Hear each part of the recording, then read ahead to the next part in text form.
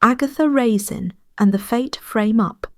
A village fete meant to celebrate unity turns deadly, and Agatha, Raisin, quickly senses that this was no simple accident. As secrets surface and resentment sharpens, one perfectly managed life hides a very imperfect crime. Where in the world are you listening from tonight?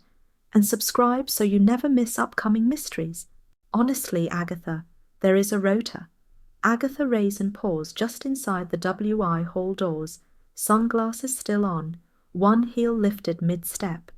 Doris Simpson stood squarely in her path, clipboard angled like a shield, lips pursed in anticipatory righteousness. A rota, Agatha repeated. How thrilling. Does it come with badges? A few of the women nearby pretended not to listen, which in Carsley meant they were listening extremely hard. Folding chairs scraped faintly. Someone coughed. The hall smelled of polish, weak coffee, and simmering judgment. You're late, Doris added, glancing at her watch with theatrical precision. We've already begun. Agatha lowered her heel deliberately. She removed her sunglasses with care, revealing a look she reserved for professional rivals and estate agents. I am not late, she said. I am fashionably delayed. There is a difference. Doris sniffed. This is a committee meeting, not the Oscars. Agatha swept past her anyway, coat swinging. She had dressed with purpose, fitted black jacket, silk scarf, hair blow-dried into submission. One did not attend the Carsley Summer Fete Committee, looking apologetic. She took an empty chair with a thump and crossed her legs. At the front table, Miranda Phelps glanced up from a stack of papers and smiled, briskly, efficiently, and with the unnerving ease of someone who expected to be liked. Agatha, Miranda said, as if greeting an old friend rather than a mild inconvenience. So glad you could make it. Agatha smiled back. It felt brittle. I wouldn't miss it. Miranda returned to her paperwork at once. Pens were aligned, clipboards stacked. Cash tins sat in a neat row, each labelled in tidy handwriting. Raffle, cakes, tombola. Agatha noted it all with irritation. Doris cleared her throat. As I was saying, the judging panel. I'm on it, Agatha said. Doris looked pleased. No, you're not. The words landed softly and stuck. I always judge, Agatha said. Well, Doris replied, with the faint relish of a long-anticipated moment, we've decided to rotate responsibilities this year, to keep things fair. Agatha laughed once. Fair. Doris, the village fair has never been fair. That's rather the point. A murmur ran through the room. Miranda intervened smoothly. We thought a fresh perspective might be nice. Agatha turned her head slowly. Fresh. Yes, Miranda said. New eyes, new standards. Agatha's smile tightened. And whose standards would those be? Miranda's did not falter.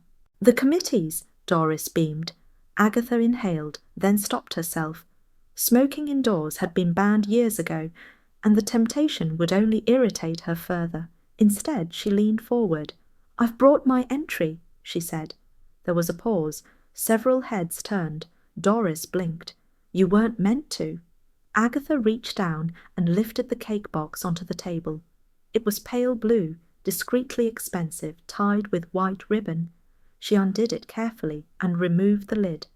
The lemon tart gleamed. It sat on a crisp pastry base, surface smooth as glass, pale yellow and precise. No cracks, no wobble. A faint sheen caught the light. A whisper of sugar dusted the edge. There was silence. Then Doris leaned in. She sniffed. She prodded the edge with a finger. She sniffed again. Well, Doris said slowly, it does look very professional. Agatha inclined her head. Cheltenham, she said lightly. One must support local artisans. A few women exchanged glances. That's not really in the spirit, Doris said. The spirit of what? Agatha asked. Home baking, Doris replied. Agatha looked around the hall. Are we entering a cake competition or reenacting wartime austerity? Someone giggled. It was quickly suppressed. Miranda studied the tart with interest. It's lovely, she said, but perhaps a bit ambitious. Agatha stared at her. Ambitious? Yes, Miranda said. It feels like it's trying rather hard. The words landed. They stayed. A ripple of agreement moved through the room, tiny nods, satisfied expressions. Agatha felt heat creep up her neck. Trying, she said very evenly, is generally considered a virtue. In baking, Doris said, simplicity is best. Agatha looked at Doris. She pictured tipping the tart gently, decisively, onto the floor. Instead, she smiled. How fortunate, she said, that you won't be judging it. Doris's smile widened. Actually, Miranda lifted a hand. I think we'll take the judging panel down to 3 this year. Streamline things. Agatha felt the shift before it fully registered. And Miranda continued, since Doris has such strong feelings about tradition, she'll oversee the judging process instead. Agatha's chair creaked as she leaned back. And me? Miranda met her gaze pleasantly. You can help with publicity. The room went quiet. Agatha let the silence stretch. I ran a London PR firm, she said. Yes, Miranda replied. Exactly. Agatha smiled thinly. Of course. The meeting moved on. Stall allocations, raffle tickets, timings. Agatha heard very little of it. Her eyes kept drifting to Miranda's hands, efficient, tidy, never fumbling, and to the cash tins, which Miranda counted twice before placing them neatly back in line.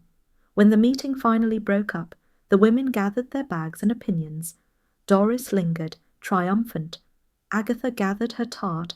As she left, she noticed a small stack of slips near Miranda's folder, anonymous complaint forms, blank but ready. Outside, the air felt sharp against her face. At home, Hodge was waiting. He watched with interest as Agatha hung her coat and dropped her handbag. Then, with deliberate mischief, he seized a length of bunting ribbon she'd brought home and galloped down the hall, trailing it like a victory banner. Agatha watched him go. Well, she said, at least someone appreciates presentation. She bent to retrieve the ribbon, pausing as the thought settled. Cool, unwelcome, and oddly persistent. Miranda's competence felt practiced, and someone in Carsley, quite apart from Agatha Raisin, did not like her at all. Agatha did not sleep particularly well that night, which she considered a personal insult. She lay awake, cataloguing the expressions on the WI women's faces, replaying Miranda Phelps's brisk smile until it became offensive, in ways she could not quite articulate. By morning, she was fully alert, entirely cross, and prepared to be wronged again if necessary. Hodge wound himself around her ankles as she moved about the kitchen, a silent reminder that at least one creature in Carsley had priorities. Agatha fed him, then stood staring at the kettle while it boiled, resisting the urge to light a cigarette before 10. You, she told Hodge, would have liked the tart. Hodge flicked an ear. The phone rang just as the kettle clicked off. Agatha snatched it up. Yes? Agatha, dear. Mrs. Bloxby's voice was gentle, careful. I wondered how you were after yesterday.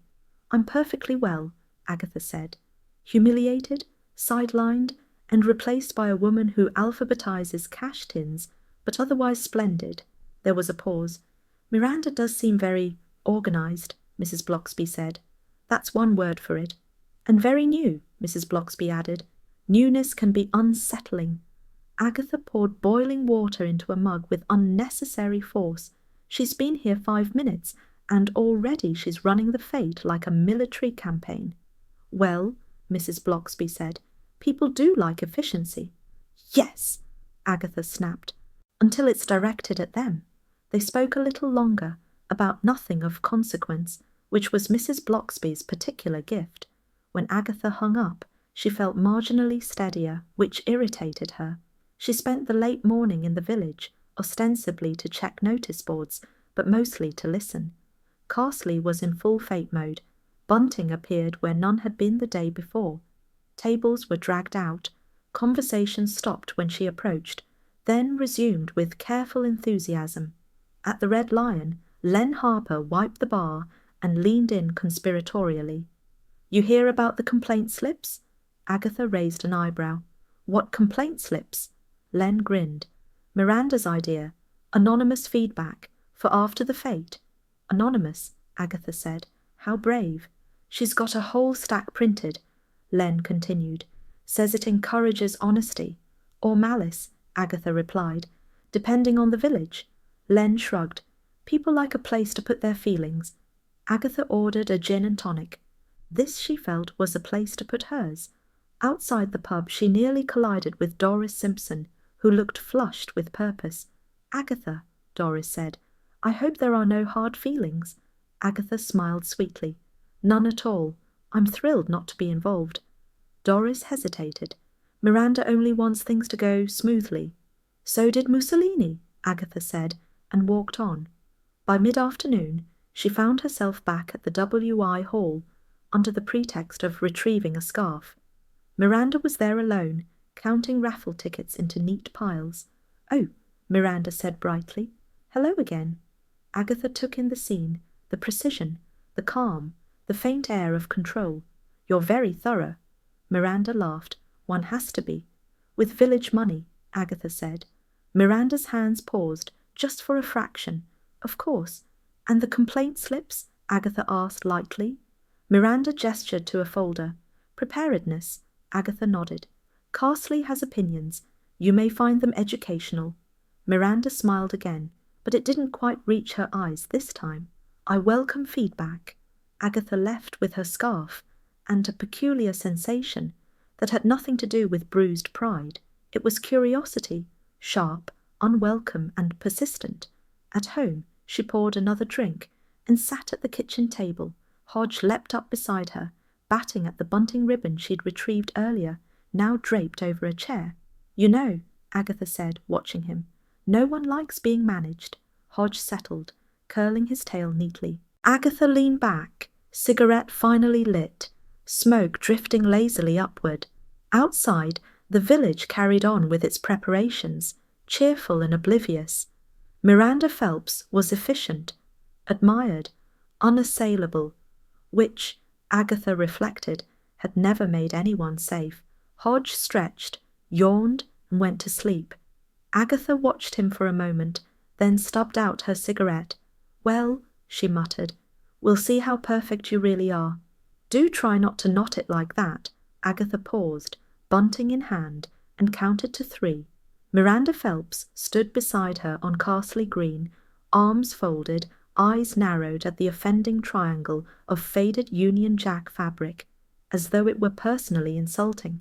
It's decorative, Agatha said, not structural. Yes, but it should hang evenly, Miranda replied. Otherwise it looks careless. Agatha released the bunting at once. It sagged slightly, defiantly. Then by all means, she said, stepping back, do demonstrate. Miranda pursed her lips and took the bunting from her. Her movements were swift, practiced. She tied the knot neatly, tugged it once and stepped away, satisfied. There, she said, that's better. Agatha regarded the bunting. It looked exactly the same. All around the green, fete preparations were well underway. Tables were being positioned. Stalls were going up with varying degrees of competence. The air hummed with purposeful busyness, the sort that made Agatha feel both excluded and faintly superior. She had arrived with the intention of being helpful. This intention had lasted approximately 7 minutes. You might consider spacing the cake stalls further apart, Agatha said to no one in particular. Crowd flow matters. A volunteer smiled politely and ignored her. Agatha wandered on, heels sinking slightly into the grass. She noted that Miranda's efficiency had begun to grate. Instructions were issued briskly. Clipboards appeared. People who had run stalls for decades found themselves being corrected. Near the bookstall, the vicar's wife, Mrs. Randall, stood with her arms folded, watching Miranda with a thin expression. When Miranda approached, Mrs. Randall murmured something, then stepped back. I think I'll just pop home, she said. I've remembered something in the oven. Miranda barely looked up. Of course, we'll manage. Mrs. Randall left without another word. Agatha watched her go. Interesting. She drifted toward the refreshment tent, where Len Harper was wrestling with a crate of bottles. Careful, Agatha said. Those look expensive. Len straightened, wiping his hands on his trousers. They are. Miranda's idea. No cheap plonk this year. She has ideas about everything, Agatha said. Len snorted. You can say that again. Miranda appeared, as if summoned. Len, I need to check the raffle float. The what? The raffle float, Miranda repeated. The cash tins. I want them stored separately. Len frowned. They always go behind the bar until the draw. I'd prefer private access, Miranda said. Just until I've logged everything properly. Len's jaw tightened. That's not how we usually do it. Miranda smiled, thin and unyielding. It's how we're doing it now. Agatha leaned casually against a table, listening. Len lowered his voice. You don't trust us? I trust systems, Miranda replied. People are another matter. Len laughed shortly. That so? Yes, Miranda said. It is. She walked away before Len could reply. Agatha raised an eyebrow. Private access, she murmured. Len glanced at her. You heard that? I have ears, Agatha said. And experience. Len shrugged. She's got a bee in her bonnet about money. Keeps asking about invoices. Are there problems? Agatha asked lightly. Len hesitated. Depends who you ask. Before she could press him, Bill Wong appeared at her side, hands in his pockets, expression amused. Thought I might find you here, he said. Agatha turned, surprised despite herself. Are you inspecting bunting now? Just passing, Bill said. Village looks lively. It always does before something goes wrong, Agatha replied. Bill smiled. You seem busy.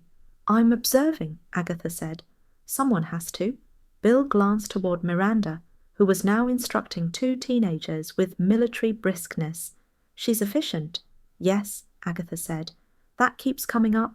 They spoke briefly. Bill asked after her. She asked after him. It was easy, comfortable, and faintly disappointing in its lack of drama. I should get back, Bill said at last. Try not to cause trouble. Agatha smiled sweetly. I never do. He left, unconvinced. By late afternoon, Agatha's patience was gone.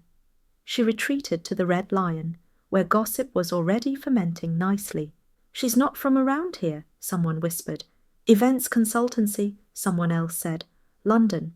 Explains the clipboard. Agatha sat at the bar, gin in hand, listening. Did you hear? Len muttered, polishing a glass. She asked about the old supply shed. Agatha looked up. What shed? The one behind the green, Len said, where we keep spare tables and frames. And? Agatha prompted. And she wanted it locked, Len said. Said it was safer. Agatha took a sip of her drink. Safer, she echoed. At home later, Hodge lay sprawled on the sofa, entirely unimpressed by village politics. Agatha watched him for a moment, then sank into a chair.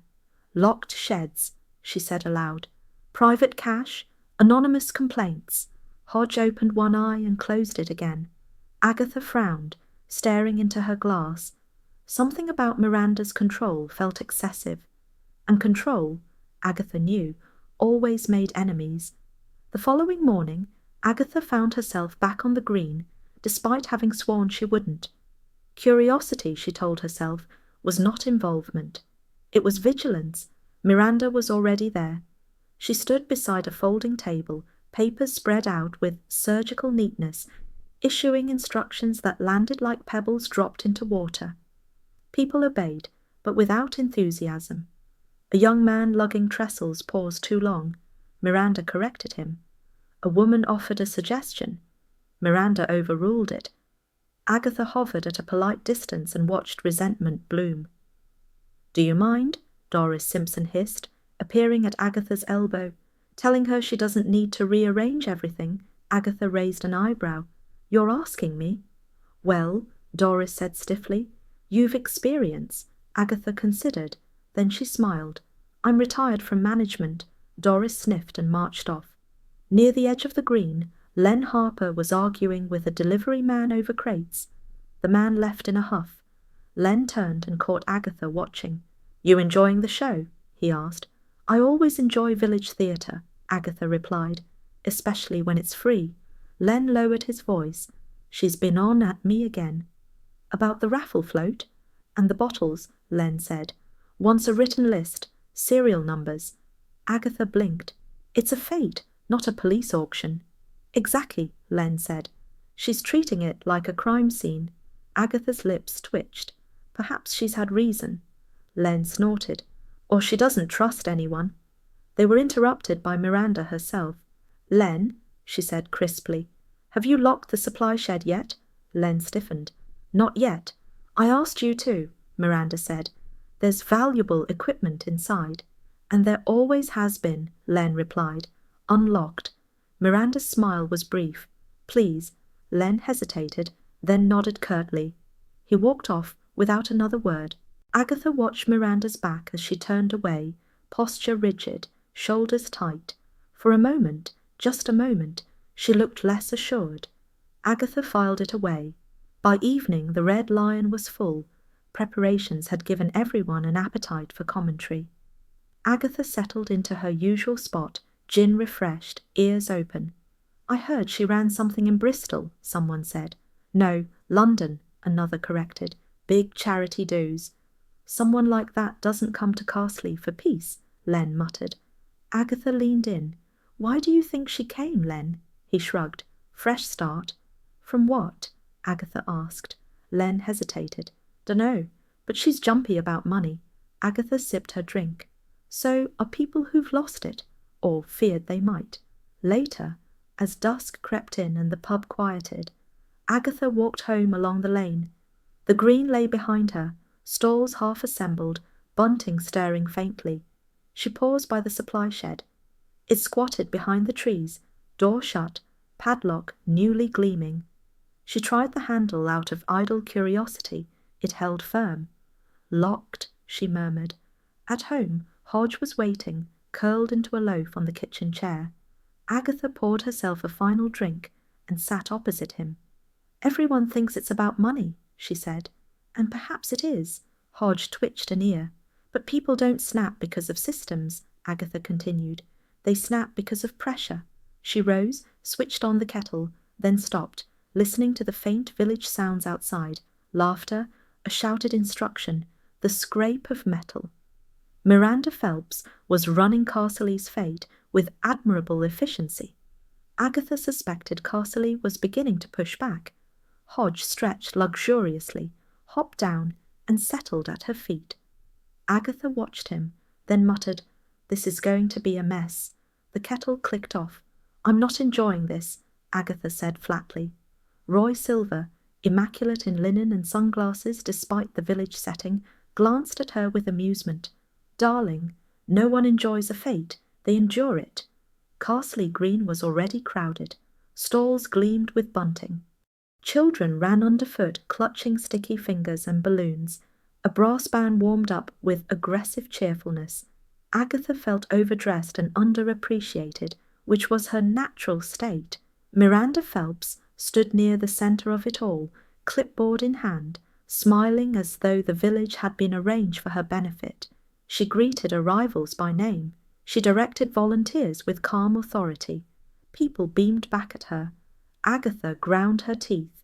She's very popular, Roy observed. Yes, Agatha said. It's revolting. They drifted past the cake stall. Agatha's lemon tart sat among Victoria sponges and flapjacks, immaculate and untouched. Doris Simpson hovered nearby, guarding the judging sheets like a sentry. Agatha paused. Has the judging begun? Doris smiled thinly. Not yet. Miranda's just checking the floats. Agatha watched Miranda stride away toward the far end of the green, where the supply shed lurked behind a cluster of trees. Checking, Agatha repeated. Roy followed her gaze. She does like to be thorough. She likes to be in control, Agatha replied. The fete proceeded with relentless enthusiasm.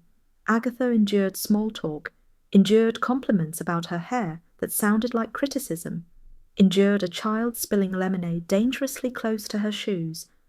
She noticed Miranda everywhere, smoothing, adjusting, correcting. By mid-afternoon, Agatha's irritation had settled into something sharper. Has anyone seen Miranda? Someone asked. Agatha looked up. The question passed from mouth to mouth, light at first, then edged with concern.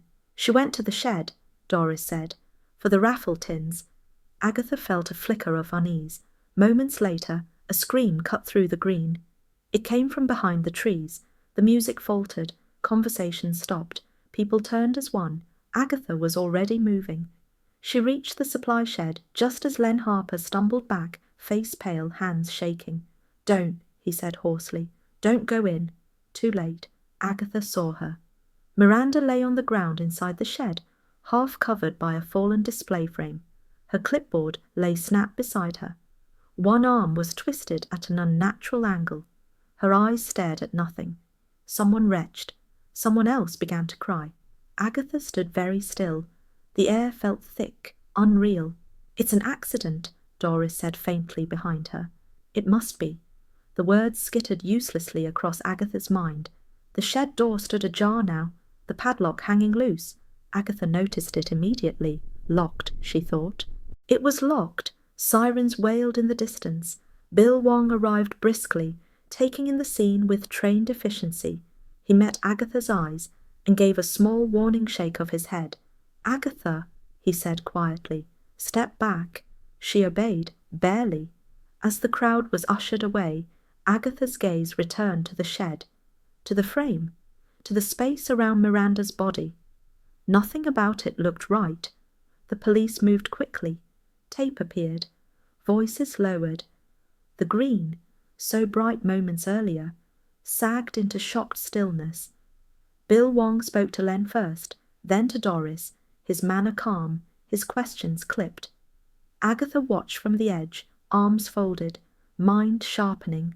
"It was an accident," someone insisted again. "That frame must have slipped."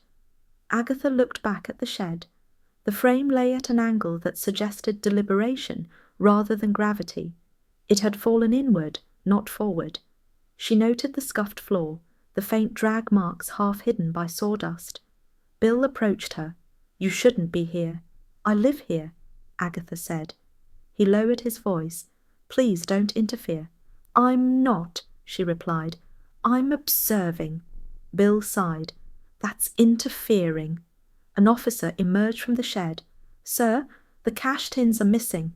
A murmur rippled through the onlookers.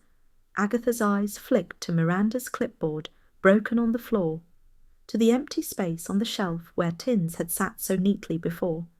"Accidents don't usually steal money," Agatha murmured. Bill heard her. His look sharpened. "Agatha." She raised her hands. "Just saying." Agatha remembered the police tape fluttering uselessly against the shed door earlier that day. Agatha crouched briefly, examining it. "Locked from the outside," she said quietly. Bill's jaw tightened. "We'll handle it." "Of course you will," Agatha said. "But you might like to know that Miranda insisted on that lock." He glanced at her, surprised despite himself. The crowd thinned reluctantly. Whispers replaced screams. The fete was abandoned mid-celebration, bunting fluttering faintly, cakes sagging under flies. Agatha felt the humiliation of the previous days burn away, replaced by something steadier. Purpose. She walked home alone. The lane felt narrower than usual. Carsley had a way of closing ranks when something went wrong. At her cottage, she poured a drink and sat heavily at the kitchen table. Hodge hopped up, sniffed her glass, and settled beside it with proprietary calm. "Well," Agatha said, "that was a triumph." Her mind replayed the scene. The lock, the frame, the missing tins, Miranda's insistence on control, her sudden absence. The phone rang. Agatha snatched it up. "Yes?" "Agatha," Bill said. His voice was tired. "I meant what I said." She smiled faintly. "So did I." "There's a lot of panic," he continued. "Speculation won't help." "I've always found it does," Agatha replied. A pause. "Stay out of it." "I'll try," she said. She hung up before he could argue. Later, the village lights dimmed. Silence crept back over the green. Agatha stood at her window, watching the dark shape of the supply shed beyond the trees. It had been locked, and Miranda Phelps had been inside. Hodge stretched, yawned, and curled tighter against her leg. The The kettle clicked off behind her. Forgotten. Agatha watched the dark for a long moment, then muttered, "This is going to be blamed on Carsley." Hodge purred, unconcerned. "It was bound to happen," Doris Simpson said grimly. "You can't push people like that." Agatha raised an eyebrow and reached for her cup of tea. The following morning, Carsley had shifted from shock to certainty. The WI hall was full to bursting, chairs dragged in from storage, women packed shoulder to shoulder with expressions that shifted uncomfortably between grief and satisfaction. Someone had put out a plate of biscuits that no one touched. The atmosphere was tight, expectant, hungry. "This is an emergency meeting," Doris continued, tapping her clipboard. "We must show unity." Agatha took a careful sip. "Unity usually comes later," she said, "after the blaming." Doris ignored her. Voices overlapped, theories bloomed, accidents were declared, dismissed, revived. Agatha said very little. She listened. "Miranda meant well," someone offered. "She didn't trust anyone," someone else replied. "She made me redo my stall labels 3 times," another snapped. Agatha's gaze drifted around the room.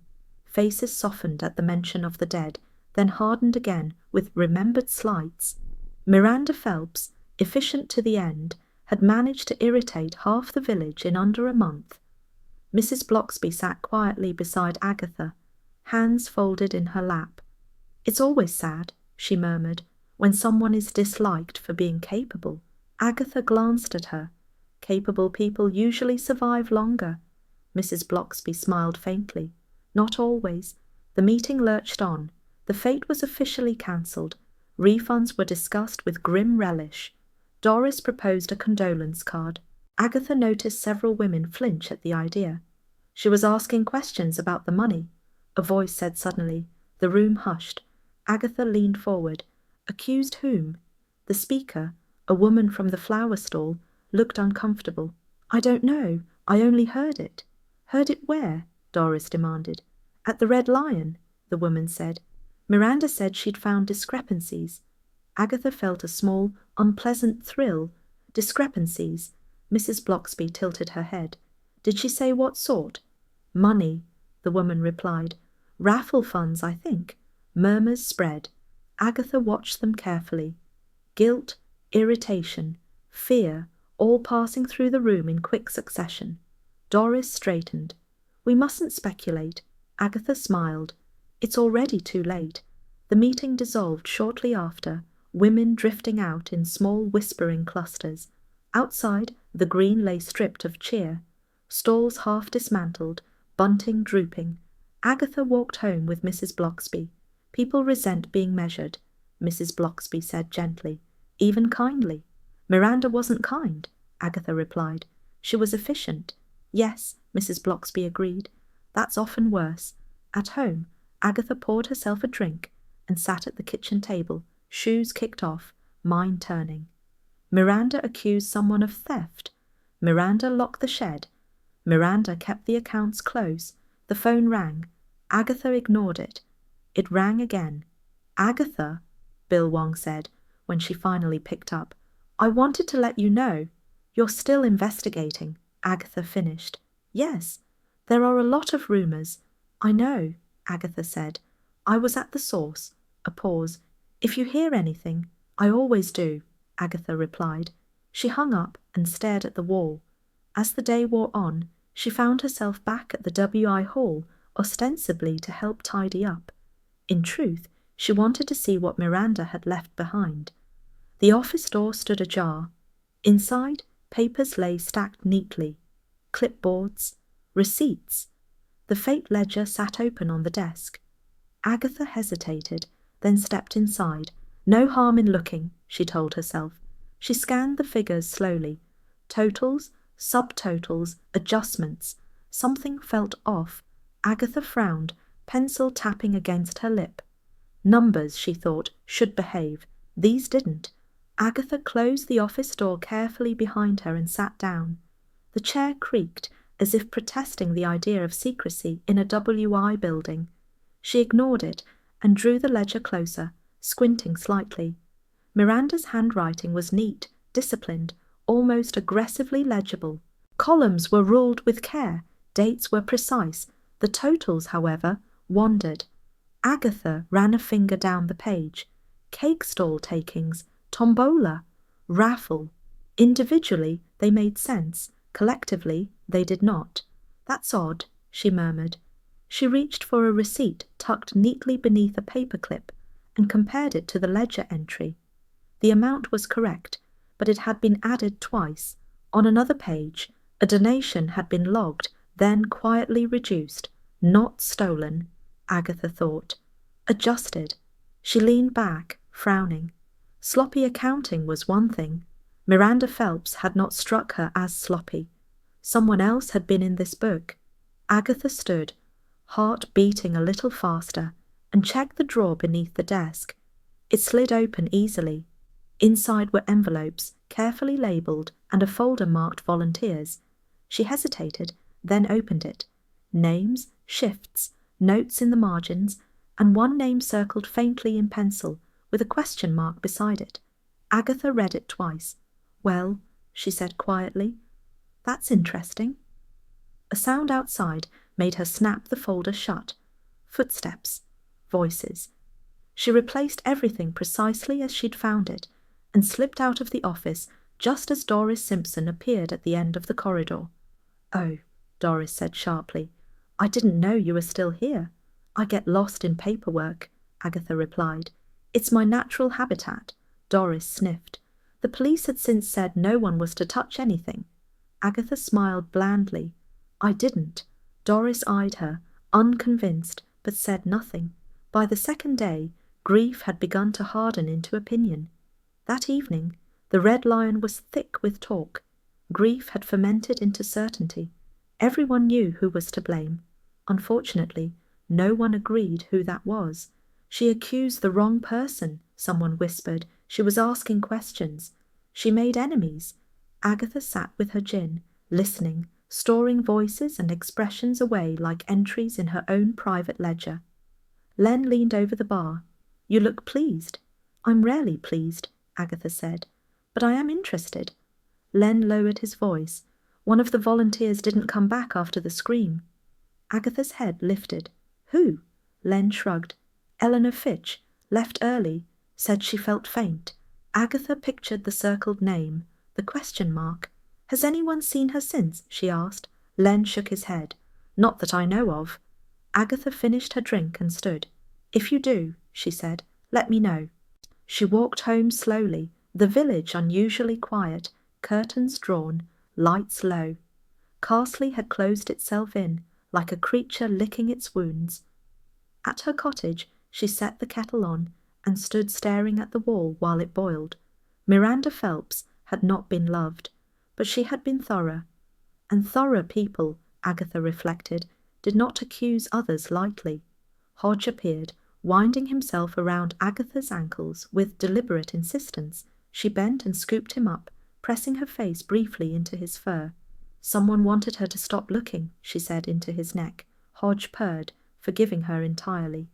The kettle clicked off. Agatha poured the water, then paused, mug in hand. Which means, she added thoughtfully, someone is still hiding.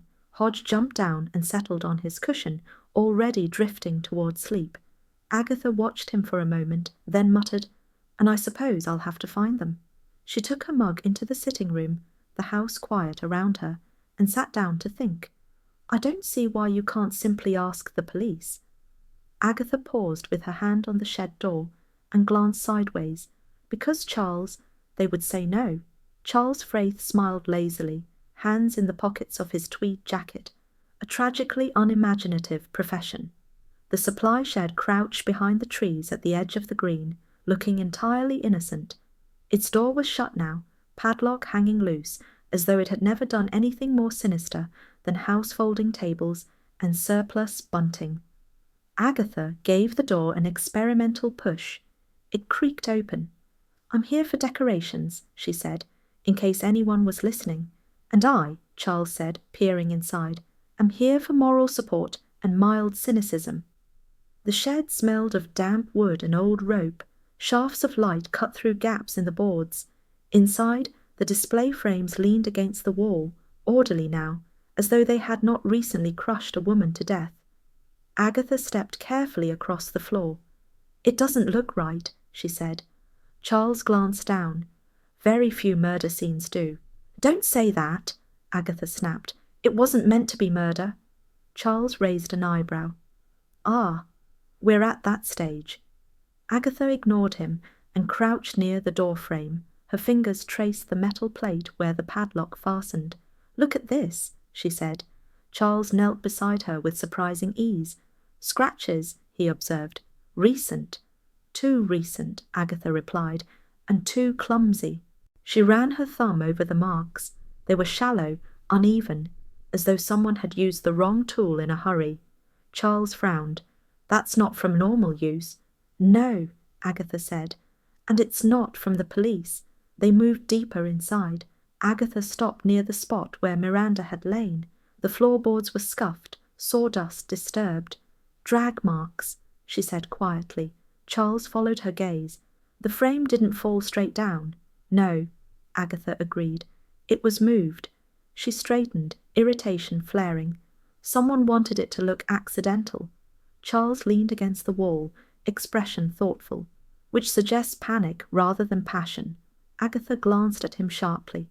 "Exactly." They stood in silence for a moment, the shed settling around them. "She was unpopular," Charles said at last. "She was efficient," Agatha corrected. "People resent that more." Charles smiled faintly. "You'd know." They emerged into the sunlight to find Doris Simpson hovering nearby. "What are you doing back here?" Doris demanded. "Tidying," Agatha said. Doris sniffed. "The police said—" "Yes, yes," Agatha replied. "We've been very careful." Doris looked unconvinced, but retreated. They walked back toward the green. "She accused someone," Charles said casually. Agatha stiffened. "You heard that?" "Village travels fast," he replied. "She told Len she'd uncovered misuse of funds." Agatha felt her instincts sharpen. "When?" "Just before the fete," Charles said. He was not pleased. Agatha glanced toward the Red Lion. "Len's temper is legendary." "Temper is noisy," Charles said. This wasn't. They parted at the path, Charles wandering off with a wave, Agatha heading straight for the pub. Inside, the Red Lion buzzed with low conversation. Len wiped the bar with unnecessary force. "Busy," Agatha said lightly. Len grunted. "Always is." "She accused someone of skimming," Agatha said. Len's hand paused. "She had no proof." "She thought she did," Agatha replied. Len's jaw tightened. "She was wrong." Agatha watched him carefully. "Was she?" Before he could answer, someone called his name from the back. Agatha took her drink and moved away, her mind racing. This hadn't been rage, it had been staged, and someone who staged accidents preferred planning to shouting. Agatha stayed at the Red Lion longer than she meant to. She sat with her gin, letting the conversation eddy around her, watching Len Harper from beneath lowered lashes. He moved with exaggerated cheer, laughing too loudly, polishing glasses that were already clean. It was the behavior of a man who wanted witnesses to his normality. Miranda was asking awkward questions, someone murmured at a nearby table. "She had no tact," another replied. "None at all." Agatha leaned back, listening. "She told me straight out," said a woman from the raffle stall, voice dropping. "Said if things didn't add up, she'd go to the police." There it was. Agatha set her glass down carefully. Len's laughter cut off abruptly. He glanced across the pub, caught Agatha's eye, and looked away again. When she approached the bar, he stiffened. "You enjoying the gossip?" he asked. "I always do," Agatha said. "It's how villagers function." Len snorted. "Villagers function by minding their own business." "Then Carsley is broken," Agatha replied. She leaned in slightly. "She accused you." Len's face flushed. "She accused half the village." "Did she?" Agatha said. "Or just one person?" Len slammed the glass down. "I told her she was wrong." "Wrong about what?" Agatha asked softly. Silence stretched. Too long. Len exhaled sharply. She didn't understand how things are done. Agatha smiled thinly. "No one ever does, until they count." She left him then, stepping back into the lane as evening settled in. The village felt watchful, doors closed earlier than usual, curtains drawn tight. At home, Hodge greeted her with the mild reproach of a creature who had been fed precisely on time and expected praise for tolerating the delay. Agatha poured herself a smaller drink and sat at the kitchen table, replaying the day, the lock marks, the drag marks, Miranda's accusation, Len's defensiveness, and one name in a folder, circled faintly in pencil, Eleanor Fitch. Agatha frowned. Eleanor had vanished quickly after the scream. No one seemed particularly concerned. Quiet volunteers rarely were. The phone rang. Agatha answered without enthusiasm. Yes? Agatha, Bill Wong said, I heard you were asking questions. I always do, Agatha replied. It saves time. Not for me, Bill said. She softened her tone slightly. Have you spoken to Eleanor Fitch yet? A pause. We're trying to locate her. Agatha smiled to herself. Good. You know something, Bill said. I know villagers, Agatha replied. And I know when someone leaves early for reasons that aren't faintness. Bill sighed. Please don't interfere. I won't, Agatha said. I'll simply observe very loudly. She hung up and stared at the wall. This had not been an outburst. It had been careful. Someone had panicked, yes, but only after planning. The wrong tool, the wrong lock marks, the frame positioned just so. Agatha rose and walked into the sitting room where the fire had burned low. She poked it absently, sparks flaring. Miranda Phelps had not been loved, but she had been methodical, and methodical people frightened those with something to hide. Hodge jumped onto the arm of the chair and curled himself into a tight, judgmental circle. Agatha reached out and stroked him absently. Someone thought an accident would be enough, she murmured, and someone else helped it along. Hodge purred, unimpressed by theory. Agatha leaned back, cigarette unlit between her fingers, forgotten. Outside, Carsley lay quiet and watchful, holding its breath. A volunteer had gone missing, and Agatha Raisin had no intention of letting that remain convenient. Hodge shifted, stretched, and settled more firmly against her side, warm and solid. Agatha sighed. Honestly, she muttered, it's never just about money. The fire crackled softly as the room darkened around them. Take another slice, Agatha said. You can't talk properly on an empty stomach. Mrs. Arbuthnot looked doubtful, but obediently accepted the plate. The kitchen was warm, over-scented with sponge and lemon zest, and faintly claustrophobic with village curiosity. Agatha had been baking since 9, not cooking, baking. There was a difference, and she clung to it. Word had spread quickly. Cake tasting, it turned out, was a powerful social lure. It's dreadful what happened, Miss Arbuthnot said, lowering her voice as though Miranda might be listening from beyond the Aga. Such a shock. Shocks reveal character, Agatha replied. Did Miranda ever shock you? Miss Arbuthnot frowned. Well, she was very firm. About money? A pause, a careful forkful of cake. She did ask questions. Agatha nodded. Another piece of information filed away. By late morning, she had hosted 3 women, 2 men, and 1 teenager who claimed to be delivering flowers, and left with 2 slices wrapped in foil. Everyone had an opinion. Everyone had a version of events. No one as yet had said anything useful, until Eleanor Fitch arrived. She stood in the doorway twisting her hands, eyes darting nervously around the kitchen, as though expecting rebuke from the cabinets. Oh, Eleanor said, I didn't know anyone else would be here. No one is, Agatha said briskly. Come in. Eleanor perched on the edge of a chair, pale and tight-lipped. Agatha set a plate in front of her. You left early, Agatha said lightly, on Fête Day. Eleanor nodded. I felt faint. Agatha said. You've mentioned that. Eleanor swallowed. It was very hot. Agatha did not point out that it hadn't been. She poured tea instead. Milk? Yes, please. Eleanor took a bite of cake, then another, faster this time as though grateful for the distraction. You were volunteering, Agatha said, near the green. Yes, and you went home just before the scream, Agatha continued. Eleanor's fork paused. I thought I heard something, she said. I didn't realize. What did you hear? Agatha asked gently. Eleanor hesitated. Someone near the shed? Agatha's interest sharpened. Who? I didn't see properly, Eleanor said quickly. Just movement. Agatha leaned back. Not Miranda. Eleanor shook her head. No. There it was. Agatha waited. They were walking away, Eleanor added. Fast. Agatha nodded slowly. Thank you. Eleanor's eyes flicked up, startled. That's all. For now, Agatha said. Eleanor left 10 minutes later, relief written plainly across her face. Agatha sat alone at the table, staring at the crumbs. So, someone had been near the shed before Miranda was found. Someone leaving. The phone rang.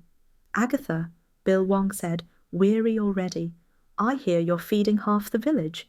It's called hospitality, Agatha replied. It's called interference, Agatha smiled. You should try it. Bill sighed. Eleanor Fitch spoke to us. And? Agatha asked. And her story is imprecise. That's because she's frightened, Agatha said. Not guilty. Agatha, Bill warned. You're pushing boundaries. I always do, she replied. They're terribly restrictive otherwise. She hung up and stood, stretching. One witness, one sighting, and a figure who was not Miranda. Agatha glanced at the clock, then at the remaining cake. Well, she muttered, that narrows things down. Hodge wandered in, sniffed the air and jumped onto the chair Eleanor had vacated, curling into a neat, smug ball. Agatha watched him fondly. This is getting interesting, she said. Hodge closed his eyes, unimpressed. Agatha washed the plates herself, which was how she knew she was unsettled. She rinsed crumbs down the sink and replayed Eleanor Fitch's voice in her head. Not the words, the pauses. Fear had a rhythm. Eleanor's had stumbled, then hurried, then stopped altogether. By mid-afternoon, Agatha was back on the green, ostensibly to return a borrowed tablecloth. In reality, she wanted to see who avoided her. People were very revealing when they thought they might be questioned. Doris Simpson spotted her immediately and veered away. Agatha smiled to herself. Near the church path, Mrs. Randall fussed with a box of unsold raffle tickets. Agatha drifted closer. Awful business, Mrs. Randall said, before Agatha could speak. One never knows what's going on beneath the surface. Some of us do, Agatha replied. Did you see Eleanor leave? Miss Randall blinked. Yes, she looked quite shaken. Did she speak to anyone? Miss Randall frowned. Only, well, I think Len passed her near the shed. Agatha's smile sharpened. Before or after the scream? Mrs. Randall hesitated. Before. Agatha thanked her and walked on, mind ticking briskly now. Len had been near the shed. Eleanor had seen someone leaving. Miranda had confronted someone about money. The village had decided, conveniently, that Len's temper explained everything. It explained too much. Agatha found Bill Wong by the parked patrol car, speaking quietly into a radio. He finished and turned as she approached. You're not subtle, he said. I've never pretended to be, Agatha replied. Eleanor saw someone near the shed. Bill's expression tightened. She told us. She didn't tell you everything, Agatha said. Bill crossed his arms. And she told you? Not directly, Agatha replied, but indirectly is often better. Bill sighed. Agatha, you're drawing conclusions. I'm drawing patterns, she said. Different skill. He looked at her steadily. You're getting close to interfering. Agatha smiled sweetly. Then I must be improving. Bill shook his head. Eleanor was nervous. That doesn't make her reliable. No, Agatha agreed. It makes her honest. She left him standing there and walked home with purpose. At her cottage, the answering machine blinked. One message. Agatha, Eleanor's voice said, thin and rushed. I forgot something. Agatha pressed play again. I remembered what the person was wearing, Eleanor continued. I didn't think it mattered, but the message ended. Agatha swore softly and dialed the number back at once. It rang and rang. No answer. She paced the kitchen, irritation mounting. Then the phone rang. "Yes?" she snapped. "It was a jacket," Eleanor said quickly. "Dark, quilted. I see it all the time." "I thought it was his," Eleanor whispered. "Everyone wears dark jackets. I was panicking." Agatha closed her eyes. "Whose?" Eleanor hesitated. "Len's." Agatha opened her eyes slowly. "You're sure?" she asked. "Yes," Eleanor said. "He wears it behind the bar." "Thank you," Agatha said gently. "That was brave." Eleanor hung up without replying. Agatha set the receiver down with care. A familiar jacket, a convenient temper, a perfect alibi. Agatha poured herself a drink and sat heavily at the table. Hodge jumped up beside her, kneading the air before settling. "Everyone wants it simple," Agatha said to him. "Villagers adore simple." She stared at the wall, thinking. If Eleanor had seen Len leaving, it did not mean Len had killed Miranda. It meant he'd been there, and someone else had wanted it to look like him.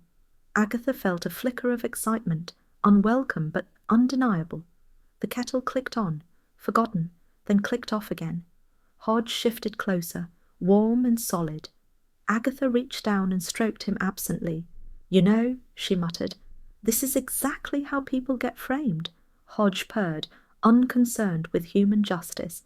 Agatha leaned back in her chair, cigarette unlit between her fingers.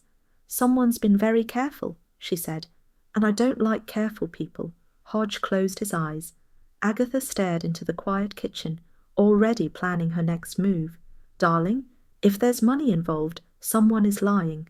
Roy Silver delivered this pronouncement from Agatha's kitchen stool, one long leg crossed elegantly over the other, espresso cup balanced with theatrical precision. He had arrived unannounced, scented faintly of expensive cologne and London impatience. "I didn't invite you," Agatha said.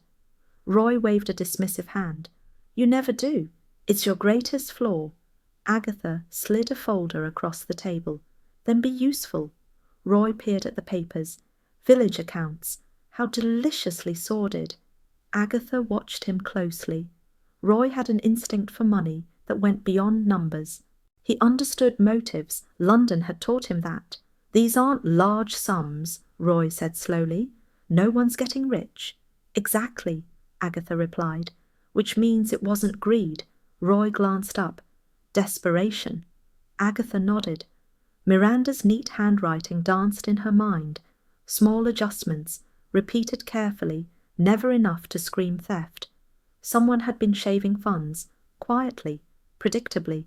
Miranda saw it, Roy said, and frightened someone.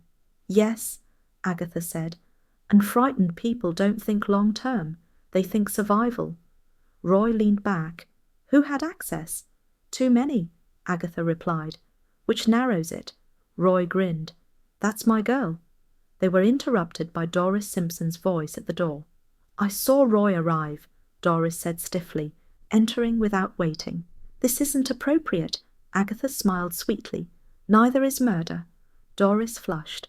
"This village is under enough strain." "And yet," Agatha replied, "you keep turning up." Doris sniffed and left. Roy laughed. She'd skinned someone alive for a missing pound. "Which makes her a suspect," Agatha said. Roy raised an eyebrow. "Bold." Agatha gathered the papers. "Miranda confronted someone privately." "Ah," Roy said, "always a mistake." Agatha stood. "Let's walk." They strolled through Carsley, the village subdued now, voices lowered, curtains twitching. Money had poisoned the air more effectively than grief. At the Red Lion, Len Harper stood behind the bar, jacket draped over a chair. Roy noticed it immediately.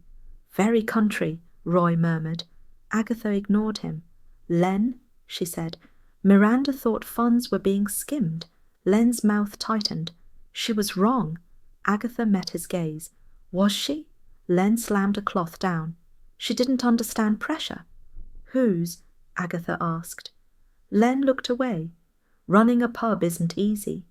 Agatha filed it away. Outside, Roy exhaled. "He's hiding something. Whether it's murder is another matter." Agatha nodded. "Which is why he's still alive." They stopped near the vicarage, where Mrs. Blocksby tended the roses with gentle purpose. Money. Mrs. Blocksby said, when Agatha explained. "It does strange things." "Small sums," Agatha said. "Repeated." Mrs. Blocksby sighed. "That sounds like someone helping themselves to cope." Roy tilted his head. "Or to keep someone else afloat." Agatha frowned. "Or covering something." As they walked on, Agatha began listing names silently. Len, Doris, Eleanor, one other. Roy glanced at her. "You've found 3, haven't you?" Agatha smiled thinly. "With motive." "An opportunity?" Roy asked. Agatha stopped walking. "Opportunity," she repeated. One name hovered unpleasantly. Someone who handled money. Someone trusted. Someone no one watched closely. Agatha resumed walking, pulse quickening. Roy followed, intrigued. "Oh, this is getting good." Agatha said nothing. At home, Hodge leapt onto the table and sat squarely on the papers. "Well," Agatha said, nudging him, "you've chosen sides." Hodge blinked slowly. Agatha looked down at the figures again. The pattern was clear now, and Miranda Phelps had been about to expose it. Agatha slept badly and woke worse. Numbers chased her through half-dreams, columns marching in untidy formation. By morning she was cross, vindicated, and entirely certain she was right. She made coffee instead of tea, which was how she knew the situation was serious. Roy Silver was already awake, leaning against the counter in his dressing gown, reading the ledger upside down. "You snore," Agatha said. "I meditate," Roy replied, "on fraud." Agatha reclaimed the papers. The skimming wasn't dramatic. "No," Roy agreed. "That's what makes it clever. Or pathetic. Or both," Agatha said. "Miranda found it because she was thorough, not suspicious." Roy nodded. "And she confronted someone privately." Agatha ticked off names on her fingers. "Len," she said. "Public temper, convenient jacket, but he shouts, he doesn't plan." Roy smiled. "Temper is a wonderful disguise, but it's rarely tidy." "Doris," Agatha continued, "obsessive about rules, territorial about money." Roy considered. "But she'd have left fingerprints on the accusation alone." "And Eleanor," Agatha finished. "Meek, nervous, present." Roy tilted his head. "And desperate." "Possibly," Agatha said, "but skimming small amounts requires confidence." They walked into the village together, Castle unfolding around them like a set returning to use. Shops reopened, smiles reappeared. The gossip had moved from shock to certainty. At the W.I. Hall, Doris presided over a cluster of women, like a general regrouping troops. "I won't have my integrity questioned," Doris snapped. Agatha stepped closer. "No one is questioning your integrity." Doris bristled. "Miranda had no right." "She had every right," Agatha said calmly. "She was responsible for the accounts." Doris's mouth tightened. "Then she should have gone to the police." "She intended to," Agatha replied. A ripple passed through the group. Doris's face drained slightly. "That's absurd." "Is it?" Agatha asked. "Because the skimming stopped 2 weeks before the fete." Silence. Roy coughed politely. "Timing is everything." Doris recovered quickly. "This is slander." Agatha smiled. "It's arithmetic." They left Doris spluttering and walked toward the vicarage. Mrs. Blocksby listened quietly as Agatha outlined the pattern. "Small sums," Mrs. Blocksby said. "Regular." "Yes," Agatha replied. "Enough to help someone, not enrich them." Mrs. Blocksby sighed. "That suggests kindness." "Or panic," Agatha said. "Or obligation," Roy added. Agatha stopped. Exactly. She thought of Eleanor again. The pale face, the borrowed courage, the way fear had clung to her like damp. They found Eleanor at home that afternoon, curtains half drawn, house smelling faintly of disinfectant and shame. "I didn't take much," Eleanor said, tears slipping free at last. "Just enough." Agatha sat opposite her. "Enough for what?" "My sister," Eleanor whispered. "She's ill. I couldn't manage." Roy softened visibly, which surprised Agatha. "Miranda found it," Eleanor continued. "She said she'd give me time, but she needed to report it. Agatha leaned forward. You didn't kill her. Eleanor shook her head violently. No, I saw someone else. Agatha's pulse quickened. Who? Eleanor swallowed. I don't know. But it wasn't Len. Agatha glanced at Roy. And you left early, Agatha said gently, because you were frightened. Eleanor nodded. As they left, Roy exhaled. So Eleanor's desperate, not deadly. Which leaves two, Agatha said. They walked back in silence. That evening, Bill Wong knocked at Agatha's door. I hear you've narrowed it down, he said. I have, Agatha replied. 3 motives, 2 personalities, 1 missing alibi. Bill frowned. Missing how? Agatha met his eyes. One of them can't say where they were when Miranda died. Bill's expression hardened. Who? Agatha smiled thinly. You'll find out. After he left, Agatha sat with Hodge on her lap, absently stroking his fur.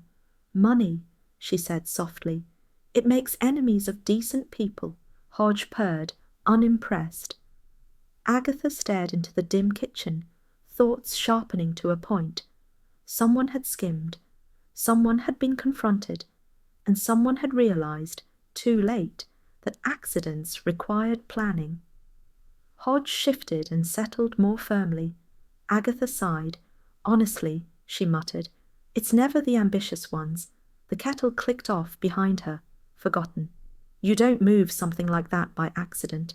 Agatha said it aloud to the empty shed, because the shed deserved to hear it.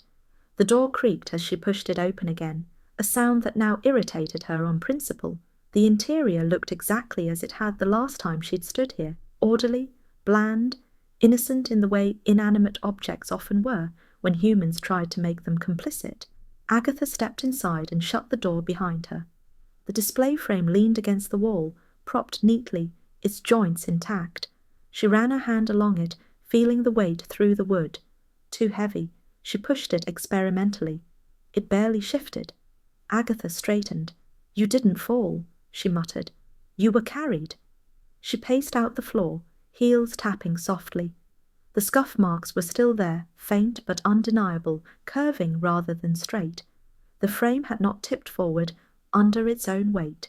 It had been dragged, then angled, positioned. Agatha folded her arms.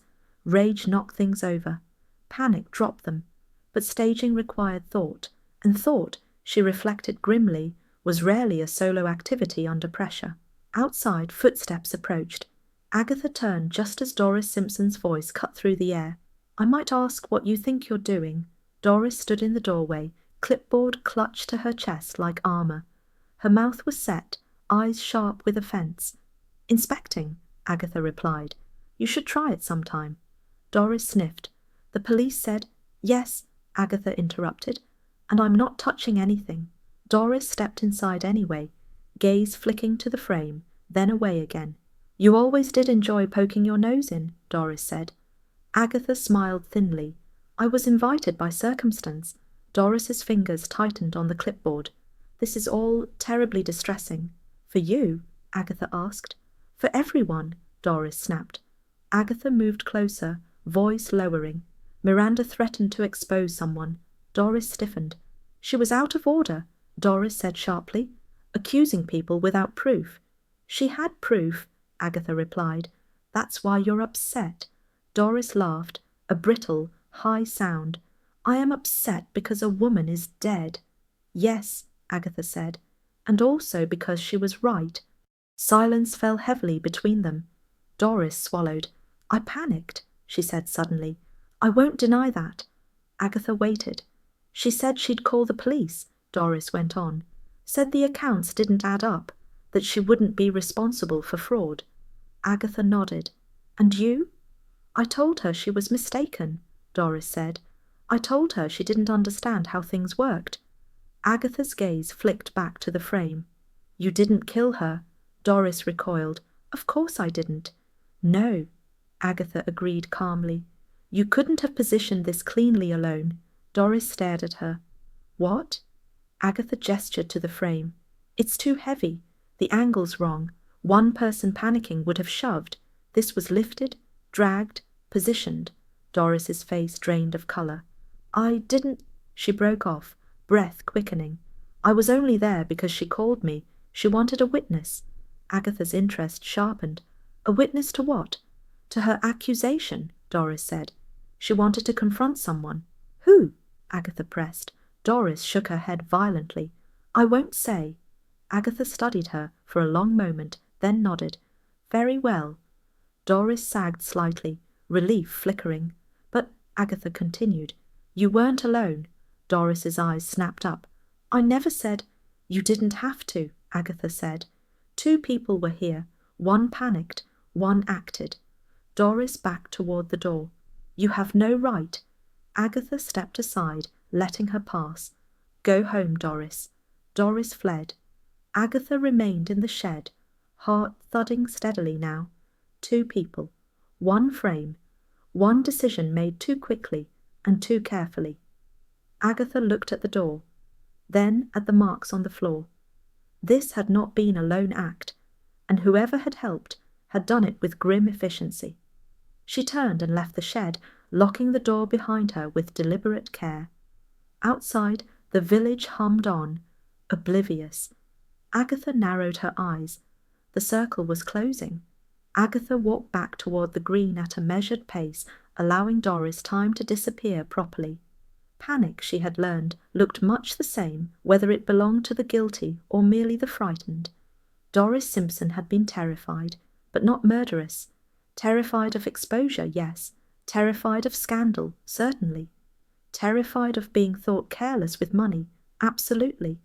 But Doris Simpson did not lift heavy wooden frames and arrange corpses. That required resolve and help. Agatha paused beside the empty fate tables, now stacked neatly like a rebuke. The green felt stripped, quieter than usual, as though it had exhaled and not yet breathed back in. Two people had been in that shed. One had shouted, one had thought, and the thinker had been calm enough to choose the wrong frame. She made her way to the W.I. hall, where voices drifted from inside. A small knot of women stood around Doris, who sat rigidly upright, hands clasped, face pale but composed. The performance was competent. Agatha gave her credit for that. Mrs. Blocksby caught Agatha's eye and came over. "She's had a fright," Mrs. Blocksby murmured. "Yes," Agatha said. "She frightened herself." Mrs. Blocksby studied her gently. "You've learned something." Agatha nodded. "Enough to know what didn't happen." They left Doris to her audience and walked together a short way. "Kindness," Mrs. Blocksby said thoughtfully, "is often mistaken for weakness." "Or opportunity," Agatha replied. At the Red Lion later, the story had already shifted. Doris was in bits, someone said. She couldn't have done it. Too obvious. Agatha listened, unmoved. Obviousness was a village comfort. It absolved everyone else. Len Harper poured drinks with a fixed smile, jacket hanging on its usual hook. Agatha noted it absently, then dismissed it. Len's anger was blunt, useful for distraction, not for staging. "Quiet tonight," Agatha observed. Len shrugged. "People don't celebrate after a death." "No," Agatha agreed. "They reorganize blame." She took her drink and moved to a corner table, mind ticking steadily now. Doris had been summoned to the shed as a witness, which meant Miranda had expected resistance. Miranda had wanted protection. But witnesses were unreliable things, especially when fear entered the room. Agatha finished her drink and went home. Hodge greeted her with mild irritation and immediately claimed her lap once she sat. She absently stroked him, eyes unfocused. "Two people," she said aloud. "One loud, one quiet." Hodge purred. "Doris panicked," Agatha continued. "She shouted. She protested.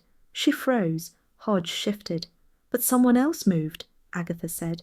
"Someone who knew how things were stored. Someone who knew which frame to choose." She stood and walked into the kitchen, kettle on by habit rather than desire. That someone had been present before Miranda died, and stayed after. The kettle clicked off. Agatha poured the water, then didn't drink it. Her mind replayed Eleanor's description. The jacket, the familiar shape, the certainty that it wasn't Miranda. A witness had seen someone leave. Doris had been there. which meant the other person had arrived or remained unseen.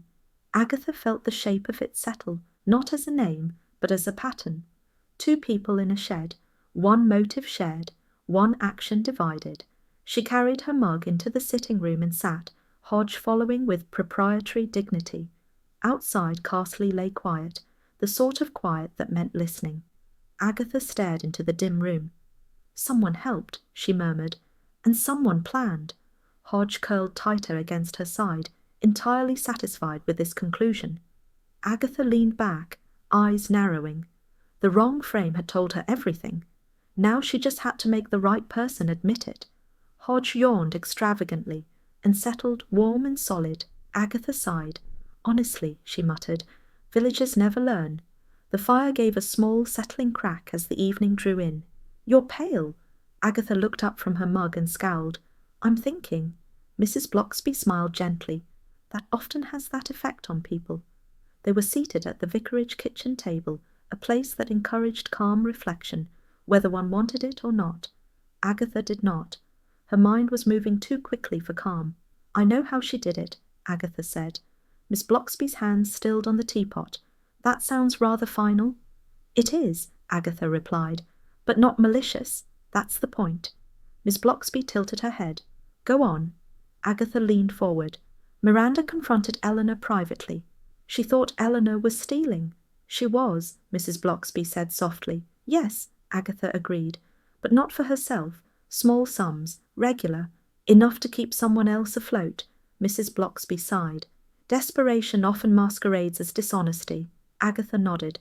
"Miranda wanted to report it. Eleanor panicked." Mrs. Blocksby said nothing, which Agatha took as encouragement. "She didn't plan murder," Agatha continued. "She planned avoidance. She locked the shed to force a pause, to stop Miranda leaving." Mrs. Blocksby's eyes widened slightly. "And the frame?" "That came later," Agatha said, "when panic tipped into catastrophe." Agatha pushed back her chair. "I need Bill." Mrs. Blocksby reached out and touched her wrist briefly. "Be careful." "I will," Agatha said. "Careful, not kind." She walked briskly home, heart hammering now with certainty. Hodge followed her into the sitting room and sat squarely in the middle of her papers, as though claiming ownership of the solution. "You're very sure of yourself," Agatha told him. Hodge blinked. The locked door, the missing tins, the frame dragged, not dropped, the witness who saw someone leave, not Miranda, and Eleanor Fitch, pale, apologetic, terrified. Agatha picked up the phone. "Bill," she said when he answered, "I need you to be present." There was a pause. "For what?" "A confession," Agatha replied, "or something close to it." Another pause. "Agatha." "Meet me at the Green," she said. "In 20 minutes." She hung up before he could argue. Outside, Carsley carried on with its careful quiet. People smiled politely. They avoided one another's eyes. Panic, Agatha knew, expressed itself very politely indeed. She found Eleanor Fitch near the notice board, pretending to read an outdated poster. Eleanor jumped when Agatha spoke. "Eleanor!" "Oh," Eleanor said. "Agatha, I was just—" "Yes," Agatha said. "I know." They stood in silence. Eleanor's hands trembled. "I'd like you to come with me," Agatha said. Eleanor swallowed. "Why?" "Because," Agatha replied. "You're exhausted from holding your breath." Eleanor looked around as though hoping for rescue. None came. "I didn't mean—" she began. Agatha held up a hand. "Not here." They walked together toward the supply shed. Eleanor's steps slowed as they approached it. "I felt trapped," Eleanor said suddenly. "She wouldn't listen." Agatha said nothing. "She said she had to report it," Eleanor whispered. "That she had no choice." Agatha stopped walking. "And you?" "I didn't either," Eleanor said, tears slipping free. "I just wanted her to stay, to wait." Agatha nodded once. "You locked the door." Eleanor gasped.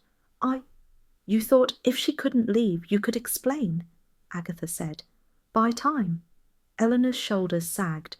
"And when she struggled," Agatha continued quietly, "you panicked." They reached the shed. Bill Wong stood nearby, hands in his pockets, face grim but controlled. Eleanor saw him and began to cry. "I didn't mean to hurt her," she sobbed. Agatha met Bill's eyes. "She's cracking." Bill nodded once. Agatha turned back to Eleanor. "Tell him." Eleanor looked at the shed door, as though it might answer for her.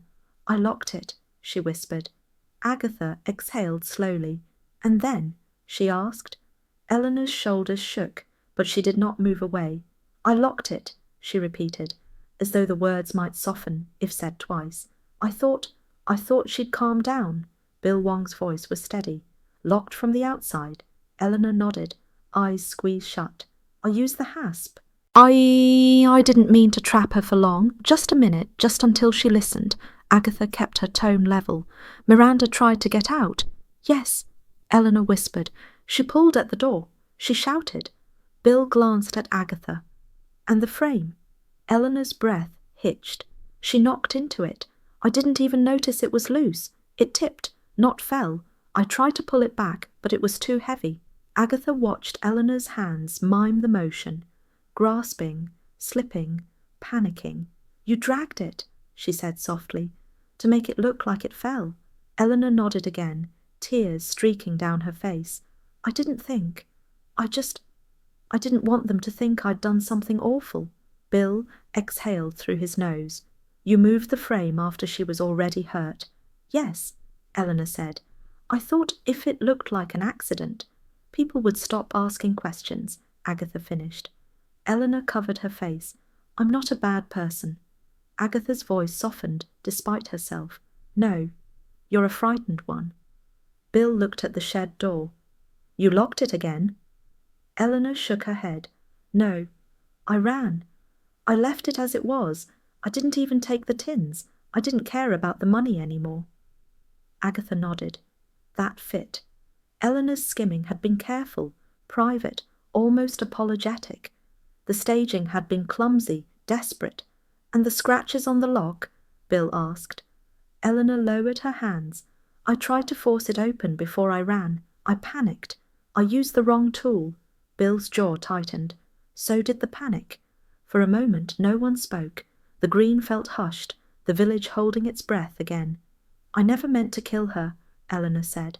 "I swear." Agatha believed her. Worse, so did Bill. "We'll take you in," Bill said gently. "You'll have a solicitor. We'll explain everything." Eleanor nodded, oddly calmer now. "Will people hate me?" Agatha considered. "Some will, some won't. Villagers have short memories for nuance." Bill led Eleanor away, hand light on her arm. She did not resist. Agatha stayed where she was, staring at the shed.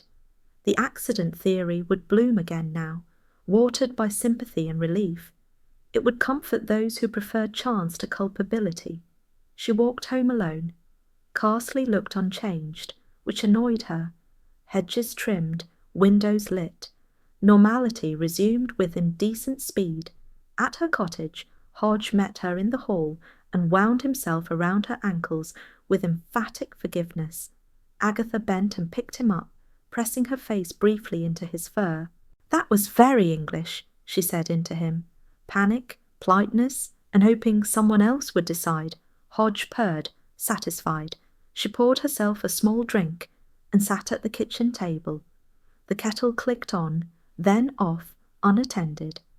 Agatha watched the steam dissipate and felt the sharpness of triumph dull into something quieter.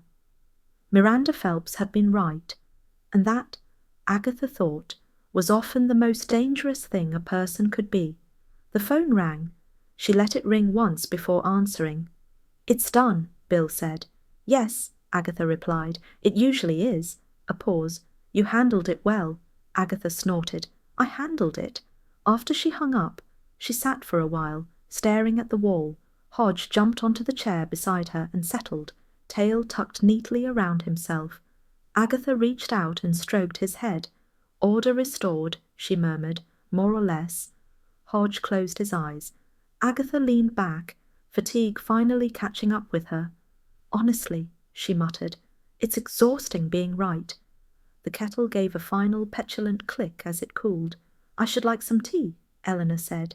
It was an odd request under the circumstances, but Agatha understood it immediately. Tea was how English people put shape around chaos. They sat at the small table in the interview room at Mercester Station, a place that smelled faintly of disinfectant and resignation. Eleanor held her cup with both hands, knuckles white, eyes red, but oddly calmer than Agatha had seen them yet. "I never meant to hurt her," Eleanor said again. "No," Agatha replied. "You meant to delay her." Bill Wong stood by the window, posture relaxed, presence steady. He watched Eleanor without judgment, which was one of the reasons Agatha respected him. "She frightened me," Eleanor continued. "Not on purpose. She was just certain." Agatha nodded. "Certainty can feel like cruelty when you're afraid." Eleanor took a sip of tea and grimaced. "It's awful." "Yes," Agatha said. "Police tea usually is." A faint smile flickered and vanished. "I only took a little," Eleanor said. "Each time. I kept notes. I meant to put it back." Bill glanced at Agatha. She inclined her head slightly. "For your sister," Agatha said. Eleanor's eyes filled again. "She's sick. The medication. It's endless. And I didn't want anyone to know." "Miranda found out," Bill said gently. "Yes," Eleanor whispered. "She asked me to meet her. Said she wanted a witness. Doris." Agatha said nothing. "She wasn't unkind," Eleanor went on. "That's the worst part. She just kept saying she couldn't be responsible, that rules were rules." Agatha folded her arms. "Miranda lived by systems." "And I didn't," Eleanor said. "I lived by need." The room fell quiet, except for the clink of cups. Outside, a door slammed. Somewhere, a telephone rang. "When she said she'd call the police," Eleanor said, "something in me broke." Agatha's voice was level. "And you locked the door?" "Yes." "And when she panicked?" "I panicked too," Eleanor said. "I didn't know what to do. I tried to pull the frame away, but it was too heavy. I didn't even realize she was—" She stopped, choking. Bill stepped forward, handing her a tissue. "Take your time." Eleanor wiped her eyes. "I didn't think. I just thought if it looked like an accident, everything would stop." Agatha closed her eyes briefly. That was always the lie people told themselves. "And then you ran," Bill said. "Yes." "And the tins?" Bill asked. "I didn't take them," Eleanor said quickly. "I swear, I didn't care anymore." Agatha believed her. "So," Bill said quietly, "you're telling us this now because I can't breathe anymore," Eleanor said. "Because pretending it was an accident feels worse every day." Agatha studied her. "Fear, yes. Guilt, certainly. Malice, no." Bill straightened. "I'm going to have to arrest you, Eleanor." Eleanor nodded. "I know." He did so gently, explaining each step, allowing her dignity where he could. Agatha watched, heart heavy in a way she disliked. As Eleanor was led away, she turned back once. "I'm sorry," she said. "About the fate." Agatha met her eyes. "You should be sorry about Miranda." Eleanor nodded and disappeared. Bill returned, rubbing his face. "You were right," Agatha sighed. "I usually am." That wasn't a compliment. Agatha smiled faintly. "It rarely is." They left the station together. Outside, the afternoon was unremarkable, which felt wrong after confession. "She'll get help," Bill said. "And consequences." "Yes," Agatha replied. "In that order, I hope." They parted at the car park. Agatha drove home slowly. Carsley rising into view, with its hedges and cottages, and careful normality. The village had already begun to exhale. Carsley adjusted with remarkable speed. By the time Agatha reached the green, the tape had gone, the shed door stood closed again, and people were already discussing what ought to happen next. The village had a genius for rearranging itself once the worst had been named. At the W.I. Hall, Doris Simpson presided over a table strewn with papers and expressions. There was talk of statements, refunds, and the careful wording of notices. "We must be sensitive," Doris said. "This has been terribly upsetting." Agatha paused in the doorway. "Sensitivity usually arrives after certainty." Doris glanced up. "Agatha, we were just discussing Miranda." "Oh?" Agatha said. "Do carry on." Mrs. Randall cleared her throat. She did work very hard, and she kept everything in order, someone else added. Yes, Doris said briskly, one must admit that. Agatha folded her arms.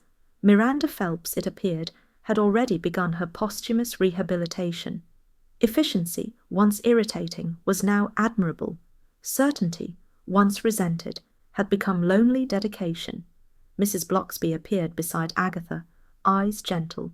People are remembering her better qualities. They always do, Agatha replied, once they're no longer challenged by them. Doris sniffed. We shall send flowers. Miranda would have preferred a ledger balanced, Agatha said. That went unheard. At the Red Lion that evening, the mood was subdued but purposeful. Len poured drinks more quietly than usual. Conversation circled the same points, careful and rehearsed. Poor Eleanor, someone murmured. She was under such strain. And Miranda? Well, she didn't make allowances. Agatha listened without comment. Villagers forgave fear more readily than firmness. Len approached her table, clearing his throat. No hard feelings? Agatha raised an eyebrow. About which part? Len grimaced. You know. She sipped her drink. I know you were convenient. He nodded, relieved. That's something, I suppose. It's something you should avoid in future, Agatha said. Convenience has a way of becoming permanent. Len managed a weak smile and moved away. Later, walking home, Agatha felt the peculiar ache that followed resolution. The rightness of it did not bring satisfaction. It brought weight. At her cottage, Hodge greeted her with proprietary disdain and immediately claimed the warmest cushion. Agatha removed her coat and stood in the kitchen, staring at the kettle until it clicked off of its own accord. She poured the water anyway and sat. Miranda Phelps had come to Carsley to organize, to impose order, to be useful, and she had paid for it with her life. Agatha did not like that thought. The phone rang. She let it ring twice before answering. Agatha, Bill Wong said. It's finished. Yes, she replied. It always is. There will be statements, Bill continued. Press interest, the usual. And thanks, Agatha asked lightly. A pause. You did your part. She smiled to herself. I always do. After she hung up, she sat quietly for a while. Hodge shifted and jumped onto her lap, kneading once before settling. She stroked his head absently. No one said thank you, she told him. They rarely do, Hodge purred, forgiving her tone. Outside, Carsley's lights glowed steadily. Life resumed its careful rhythms. Plans for a smaller fete were already being whispered. The village would celebrate itself again soon. Chastened, but intact, Agatha leaned back, fatigue finally loosening its grip. Miranda would be remembered kindly now, which, Agatha thought, was an improvement, and far too late.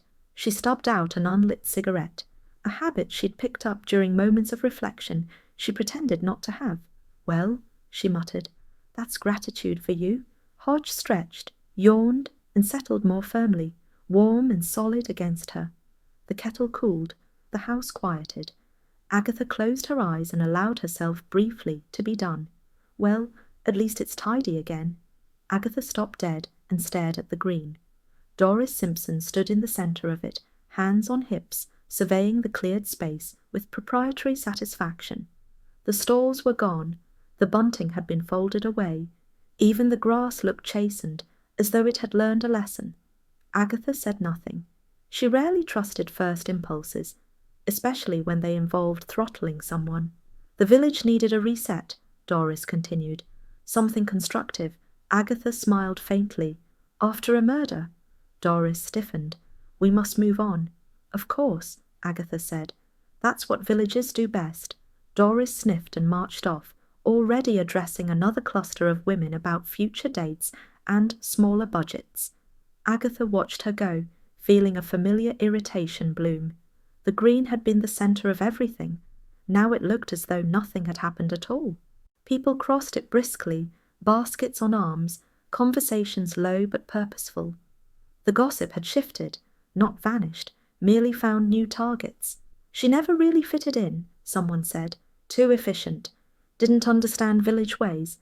Agatha paused near the notice board, pretending to read a flyer for a yoga class she would never attend. So, Miranda Phelps was being posthumously softened into a cautionary tale about over-organization. Agatha walked on. At the W.I. Hall, chairs were stacked, tea urns scrubbed clean. A meeting was clearly underway without being called one. Women drifting in and out, contributing opinions like currency. "We must think of the children," someone murmured. "There weren't any children involved," Agatha said. They blinked at her. "Oh, Agatha," Doris said, appearing again. "We're just discussing how best to reassure everyone." "And has anyone suggested the truth?" Agatha asked. A silence followed. "Well," Doris said briskly, "there's no need to dwell." Agatha glanced around the room. No one met her eye. The solution had been delivered, filed, and politely forgotten. At the vicarage, Mrs. Blocksby poured tea with quiet deliberation. "They're grateful," she said gently. "They're relieved," Agatha replied. "There's a difference," Mrs. Blocksby smiled. "Relief often wears gratitude's clothes," Agatha snorted. "Not in Carsley." Mrs. Blocksby handed her a biscuit. "You look tired." "I am tired," Agatha said. "I did all the work." Mrs. Blocksby's eyes twinkled. "And that's why you're cross." Agatha considered that, then sighed. "Probably." They sat in companionable silence for a moment. "People don't thank what unsettles them," Mrs. Blocksby said eventually, "even if it saves them." Agatha looked away. "I didn't do it to be thanked." Mrs. Blocksby raised an eyebrow. "Didn't you?" Agatha didn't answer. Later, at the Red Lion, Len Harper wiped the bar and nodded at Agatha with something like respect. "No hard feelings," he said. "Convenience rarely has feelings," Agatha replied. He grimaced. "You were right." "I usually am," Agatha said. "Yes," Len agreed, "but it's awkward to say." Agatha took her drink and sat alone listening. The gossip had already found new ground. Planning committees, funding, who would take over organizing next year's fete. No one mentioned Miranda, no one mentioned Agatha. Agatha felt the familiar sting, sharp and petty and deeply human. She finished her drink and stood, irritation buzzing beneath her skin. They would tidy away the truth too, if they could. And that, Agatha reflected grimly, was almost worse than murder. Agatha walked home by the longer route, which she told herself was for exercise and knew was for irritation. The lanes were busy with ordinary purpose, dogs tugging at leads, shopping bags swinging, conversations that rose and fell like birdsong. Normality had returned, wearing its most smug expression. At her gate, she paused, watching two women ahead of her lean together in confidence. "Such a relief," one said. "It could have gone on for ages." "Yes," the other replied. "At least it's settled." Agatha opened her gate with unnecessary force. Settled, she thought, as though truth were a cushion needing a firm pat. Inside, Hodge sat on the hall mat, grooming with elaborate unconcern. He looked up as she entered, blinked, and resumed. Agatha toed off her shoes and watched him for a moment. "They've moved on," she said. Hodge licked a paw. She poured herself a drink she didn't particularly want, and stood in the kitchen, listening to the house. The kettle, forgotten earlier, clicked on reflex when she brushed past it, and clicked off again without ceremony. She sat. The village would repair the green. It would repair the fete. It would repair its sense of itself. What it would not do was linger on Miranda Phelps, on the woman who had tried to put order where comfort preferred vagueness. Agatha found that annoyed her more than she expected. The phone rang. "Agatha," Bill Wong said, "just checking in." "I'm still here," Agatha replied. "They haven't run me out yet." A pause. "I wanted to say—" "Yes," Agatha prompted. "You did good work." She smiled despite herself. "That's practically effusive, Bill." "I'll keep it brief," he said. "The village will forget the details. They always do." Agatha looked at Hodge. "I know." After she hung up, she sat for a while, letting the irritation settle. It softened, as irritation often did, into something like amusement. She pictured Doris Simpson's face as the truth had hovered. inconvenient before being gently redirected. She pictured Len's relief, the WI's brisk efficiency in filing away discomfort, and, against her will, she laughed. It came out short and sharp and surprised her as much as it did Hodge, who paused mid-groom and stared. "Oh, don't look at me like that," Agatha said. "It's either laugh or sulk." Hodge considered this and returned to his washing. Agatha rose and moved into the sitting room, where the late afternoon light slanted in, catching dust motes and the edge of the rug. She sat down, suddenly tired, and let the quiet take hold. Miranda had been lonely here. Efficient people often were. Agatha understood that more clearly now than she cared to admit. The village had not thanked her. It had not named her. It had not lingered. But it had been saved the long, corrosive rot of suspicion. Agatha sighed. "You can't have everything." Hodge jumped up beside her and turned in a tight circle before settling, warm and definite. She rested a hand on his back and felt the steady rise and fall. Outside someone laughed. A door closed. Life continued, insistently domestic. Agatha leaned back and closed her eyes. "Well," she muttered, the edge gone from it now, "I suppose that's order restored." The kettle cooled in the kitchen. The light shifted. Hodge purred, entirely content with the outcome. Agatha smiled faintly and let the moment pass.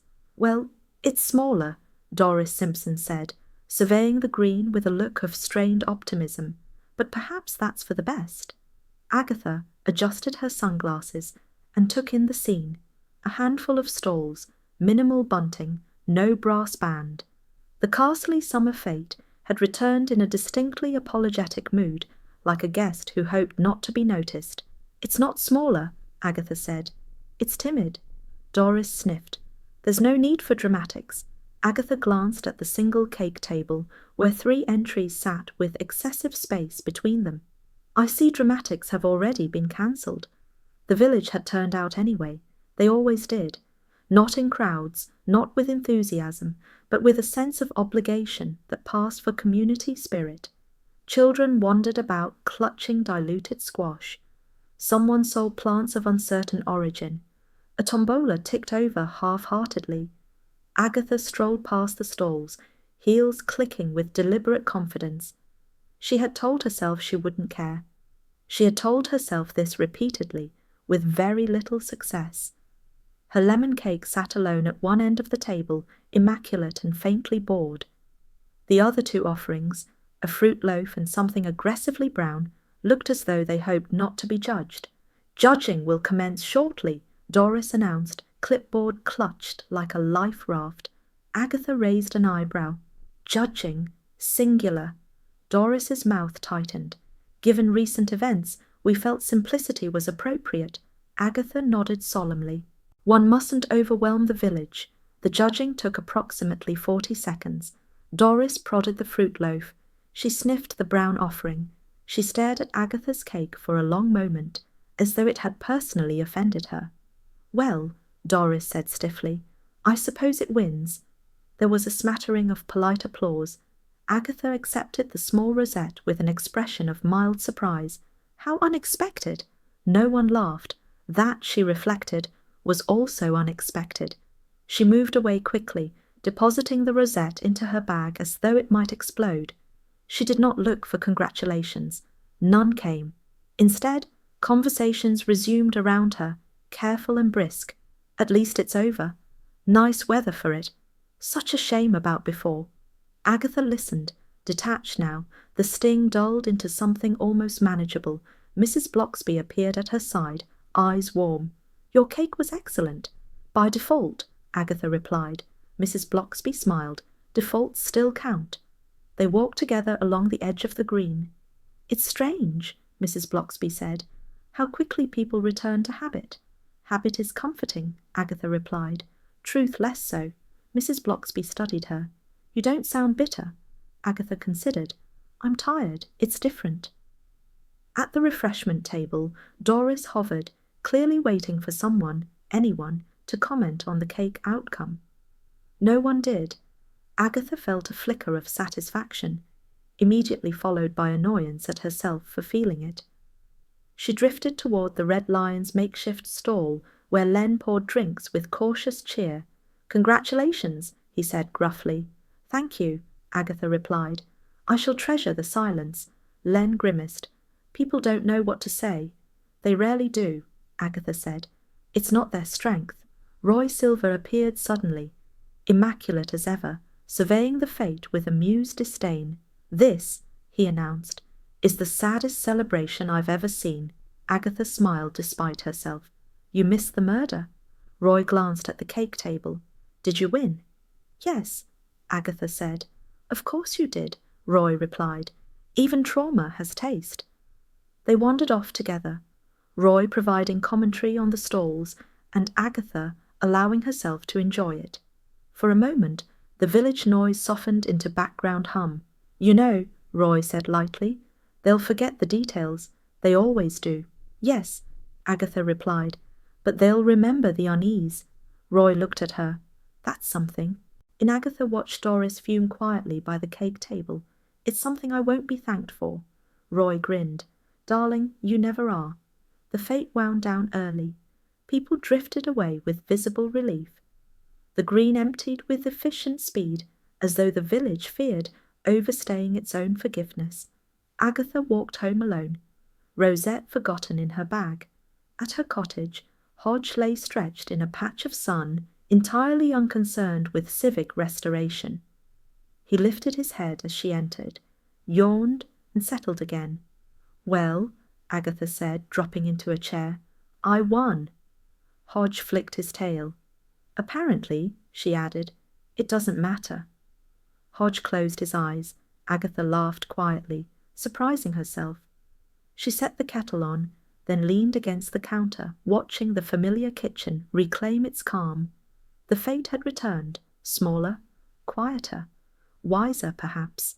She took the rosette from her bag and set it on the table, regarding it with faint amusement. "By default," she muttered. The kettle clicked off. Hodge stretched and curled more tightly into himself. Agatha poured her tea and sat, the afternoon light softening around her. "Well," she said at last, "that's Carsley." And for once, she didn't sound entirely displeased. "Don't tell me you're content." Agatha paused with her key halfway to the lock and looked over her shoulder. Mrs. Blocksby stood on the vicarage path, basket on her arm, expression politely inquisitive. "Content is an alarming word," Agatha said. "It leads to knitting." Miss Blocksby smiled. "You won." "I didn't lose," Agatha corrected. "Winning suggests applause." She opened the door and stepped inside, leaving it ajar. Miss Blocksby followed without ceremony. It was one of the things Agatha liked about her. She didn't hover. She arrived. Hodge lifted his head from the sofa, assessed the visitor, and settled again. "Well," Mrs. Blocksby said, looking around, "everything seems peaceful." "Temporarily," Agatha replied. "Carsley treats peace like a layover." They sat at the kitchen table. Agatha poured tea with unnecessary precision. "You did a good thing," Mrs. Blocksby said. Agatha snorted. "I solved a problem." Mrs. Blocksby tilted her head. "Isn't that what good things are?" Agatha didn't answer at once. She watched the steam rise, thin and brief.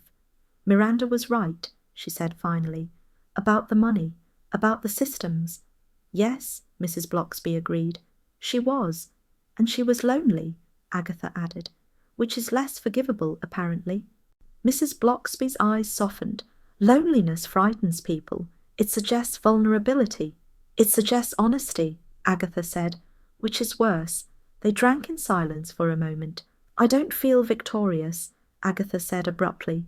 "I feel giddy." Mrs. Blocksby considered that. "Tidiness has its virtues." "It doesn't keep you warm," Agatha replied. Mrs. Blocksby smiled gently. "No, but it stops things tripping you." Agatha laughed despite herself, then looked faintly annoyed at having done so. Outside, the afternoon drifted past with unremarkable competence. A car door closed. Someone laughed. Life continued with irritating insistence. "I did everything right," Agatha said, "and nothing changed." Mrs. Blocksby folded her hands. "You changed." Agatha raised an eyebrow. "I doubt it." "You listened," Mrs. Blocksby said. You waited. You didn't rush to blame. Agatha shrugged. I was curious. Mrs. Blocksby smiled. That too. Agatha pushed her cup away. Justice is very quiet once it's finished. Yes, Mrs. Blocksby agreed. It doesn't applaud itself. Agatha leaned back in her chair, arms folded. The irritation she'd been carrying loosened slightly, like a knot giving way. I suppose, she said slowly, it's better than being wrong. Mrs. Blocksby's eyes twinkled. A great deal better. They rose together. Mrs. Blocksby paused at the door. You're not alone, she said softly. Agatha bristled. I didn't say. I know, Mrs. Blocksby replied. You never do. After she'd gone, Agatha stood in the kitchen for a moment, listening to the house.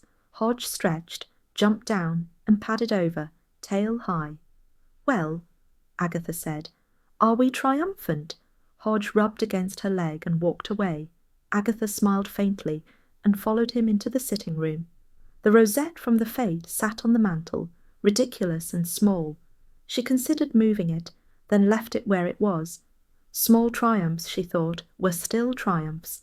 She sat, lit a cigarette she didn't really want, and watched the light fade across the room. Outside, Carsley settled into evening with habitual calm. Justice done, she muttered. Loneliness remains. Hodge leapt onto the chair beside her and curled into a warm, definite weight. Agatha reached out and stroked his fur, the gesture automatic, grounding. Well, she said quietly, one thing at a time. The kettle clicked off in the kitchen, cooling without complaint. Agatha closed her eyes and allowed herself, briefly, to rest in the silence. You're lingering, Agatha told herself. Stop it. She didn't. The green lay open and orderly, a square of calm that pretended it had always been this way. The grass had been cut again. The notice board stood straight. No bunting, no tables, no reminders. Only the faintest ghosts of footprints where people had stood and judged one another. Agatha crossed to the centre and stopped. At dusk, Carsley liked to rehearse its innocence. Windows glowed, doors closed with domestic finality. Somewhere a radio murmured. Order had returned, wearing its best cardigan. Agatha folded her arms. You'd think nothing had happened. No one answered. That was the point. She walked slowly, heels tapping once, then not at all. The village watched itself from behind curtains and decided it was satisfied. The story had been told, the ending accepted, the middle conveniently blurred. Miranda would be remembered kindly now, efficient, capable, a bit much, not quite one of us. The last part would never be said aloud. Agatha paused near the spot where the cake table had stood. She could almost see it.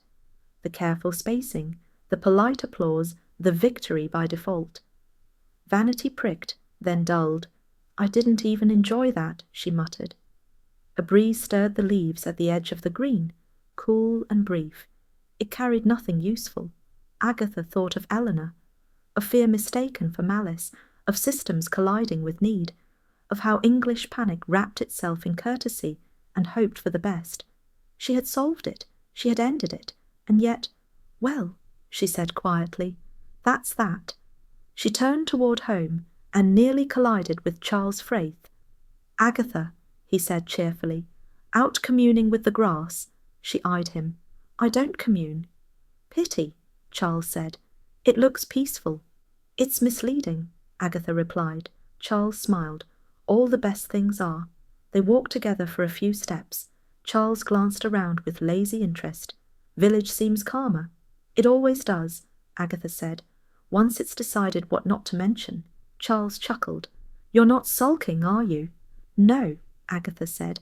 I'm editing. He studied her. You won. I concluded, she corrected. Winning suggests prizes. Charles gestured vaguely. Moral superiority? Agatha snorted. Highly overrated. They reached the path where he would peel off. Charles paused. You did a good thing. Agatha looked away. Don't start. He smiled and left her to it. She walked on alone, the light thinning, the village settling into its evening posture. At her gate, she stopped and looked back once more at the green. Order restored, life continuing. Vanity, she admitted reluctantly, had softened, not vanished, just adjusted. Inside, Hodge sat on the mat as though he'd been there all day, which he probably had. He rose, stretched extravagantly, and rubbed against her leg. "Yes," Agatha said. "I know." She closed the door and leaned against it for a moment, listening. The house breathed back at her, familiar and mildly reproachful. In the kitchen, she put the kettle on without thinking, then watched it until it clicked off again. She didn't pour. She didn't need it. She sat in the sitting room instead, dusk settling into corners, the furniture resuming its rightful shapes. The rosette from the Fête still sat on the mantel. She left it there, let it mean what it wanted. Agatha thought of what hadn't been said, of apologies withheld, of thanks implied but never offered, of kindness expressed sideways. What remained unsaid, she reflected, was often the truest part. Hodge jumped up beside her and arranged himself with proprietary care. She rested a hand on his back, feeling the steady warmth, the uncomplicated loyalty. "Life goes on," she murmured. "Regardless," Hodge purred, endorsing nothing and everything. Outside, a door closed. A light went out. Carsley completed another day. Agatha leaned back, eyes half closed, the edge of things finally blunted. "Well," she muttered, not entirely displeased, "that's settled enough." The kettle cooled in the kitchen. The green slept. What remained unsaid stayed that way, for now. "Honestly," Agatha said, "you'd think the drama was over." Hodge stretched extravagantly on the rug, every limb extended, claws flexing with pleasure. He yawned, closed his eyes, and ignored her. Agatha stood in the kitchen, hands on hips, surveying the calm as though it might be hiding something. The house looked exactly as it should. Too exactly. Calm had a way of feeling like an accusation. The kettle hummed to itself, low and patient. Agatha moved about with deliberate purpose, opening cupboards she didn't need, straightening a chair already straight. Outside, Carsley settled into evening with the same dependable rhythm it always found after unpleasantness. Lights went on, doors closed. Somewhere a radio played softly. She cut herself a slice of lemon cake and placed it on a plate she reserved for small victories. The cake was excellent. It ought to have been. It had cost enough. "Well," she said to the empty room, "that's that." No one contradicted her. She carried the plate into the sitting room and sat, balancing it on her knee. Hodge opened one eye, assessed the situation, and decided it held no food-related interest. He remained where he was, a solid, breathing reproach. Agatha took a bite of cake and chewed thoughtfully. Carsley had survived itself again. It always did. A little shaken, slightly rearranged, entirely convinced of its own resilience. By tomorrow, the details would blur.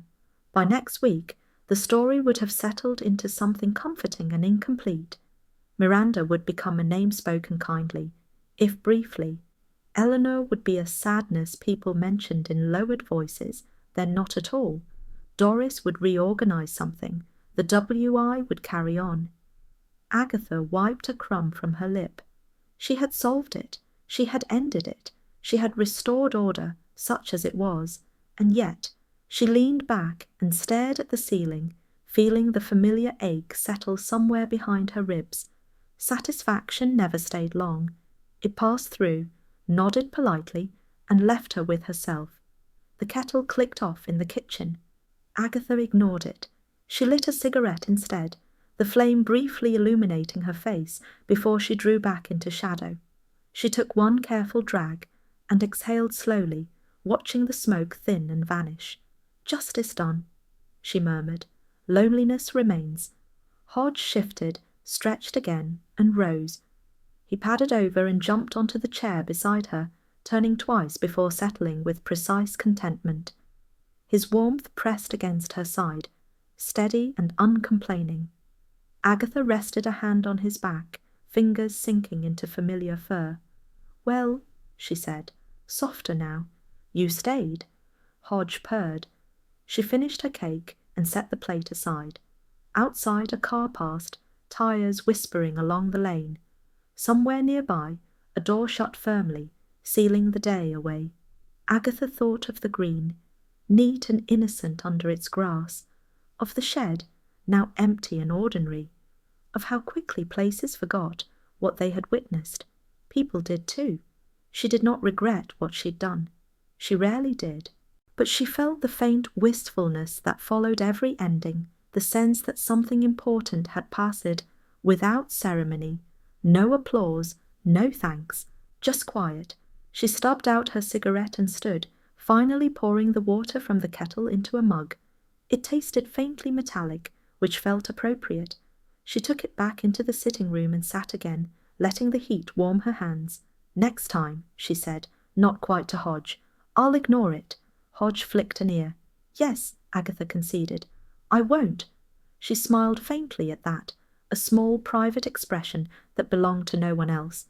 Outside, Carsley continued its unremarkable evening, satisfied with survival.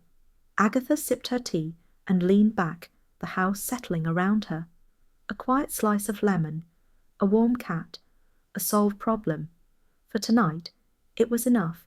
The firelight dimmed, the kettle cooled, Hodge purred, already asleep. Agatha closed her eyes and allowed herself, just this once, to be content with the quiet.